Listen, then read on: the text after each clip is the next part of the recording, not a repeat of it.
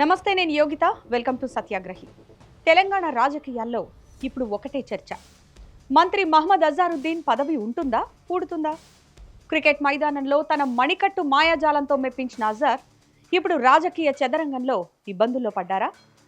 ఈ నెల 30 dead line దగ్గర పడుతుండటంతో అజార్ రాజీనామా చేయాల్సిందేనా అనే ప్రశ్నలు స్టార్ట్ అయ్యాయి. అజార్ విషయంలో అసలు ఏం జరుగుతోంది? రాజ్యాంగం ఏం చెప్తోంది? ఈ విషయంలో కాంగ్రెస్ ప్లాన్ ఏంటి అన్నది ఇప్పుడు చూద్దాం.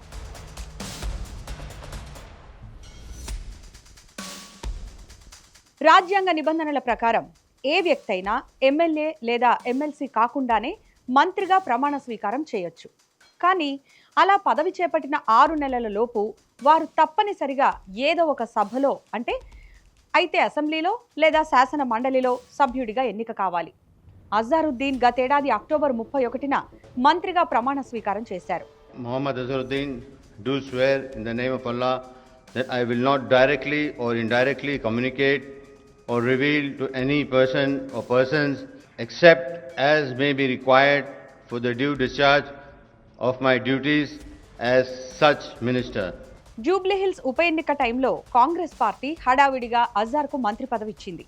ఆ ఉప ఎన్నికలో మైనారిటీ ఓట్లు కొల్లగొట్టేందుకే కాంగ్రెస్ ఇలా ప్లాన్ చేసిందని విమర్శలు కూడా వినిపించాయి. అలా కరెక్ట్గా 6 నెలల క్రితం మంత్రిగా ప్రమాణ స్వీకారం చేశారు అజారుద్దీన్. ఈ నెల ఏప్రిల్ 30వ తేదీతో ఆయన 6 నెలల గడువు కూడా ముగిసిపోతోంది. కానీ ఇప్పటి వరకు ఆయన ఎమ్మెల్సీ పదవికి మోక్షం లభించలేదు. అసలు అజారుద్దీన్ ఎమ్మెల్సీ పదవికి ఎక్కడ చిక్కొచ్చి పడిందో తెలుసా? అజారుద్దీన్ను గవర్నర్ కోటాలో ఎమ్మెల్సీగా పంపాలని రేవంత్ రెడ్డి ప్రభుత్వం భావించింది. ప్రొఫెసర్ కోదండరాంతో పాటు అజార్ పేరును కూడా గవర్నర్కు సిఫార్సు చేసింది.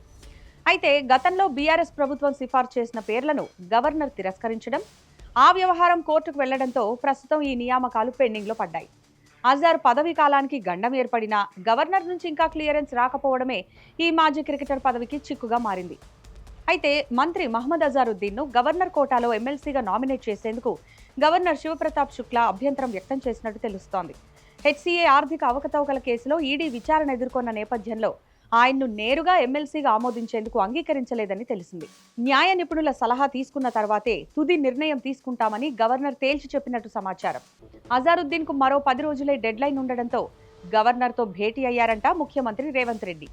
గవర్నర్ కోటాలో ముద్దసాని కోదండరాం రెడ్డి, మహమ్మద్ అజారుద్దీన్ పేర్లను సిఫార్సు చేస్తూ రాష్ట్ర మంత్రివర్గం ఇప్పటికే గవర్నర్కు పంపింది.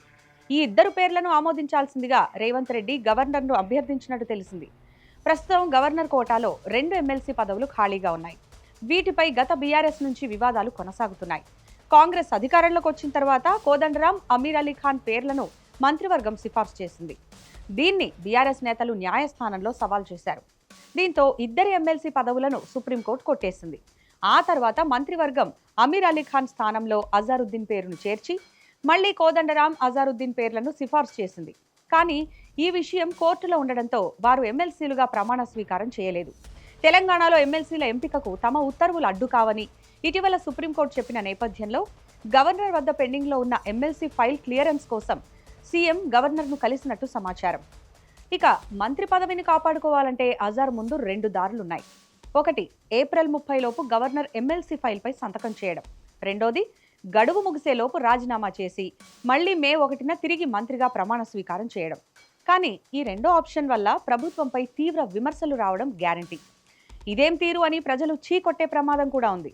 అంతేకాదు, ఒకవేళ అజార్ ఏప్రిల్ 30న రాజీనామా చేస్తే మళ్లీ ఆయనకు మంత్రి పదవి ఇవ్వొచ్చా అనే దానిపై న్యాయ నిపుణుల్లో భిన్నాభిప్రాయాలున్నాయి. గతంలో కొన్ని సందర్భాల్లో ఇలా జరిగినప్పటికీ ఇప్పుడున్న నిబంధనల ప్రకారం అది అసాధ్యంగానే కనిపిస్తోంది. మొత్తానికి అజారుద్దీన్ రాజకీయ భవిష్యత్తు ఇప్పుడు రాజ్ భవన్ నిర్ణయంపై ఆధారపడి ఉంది.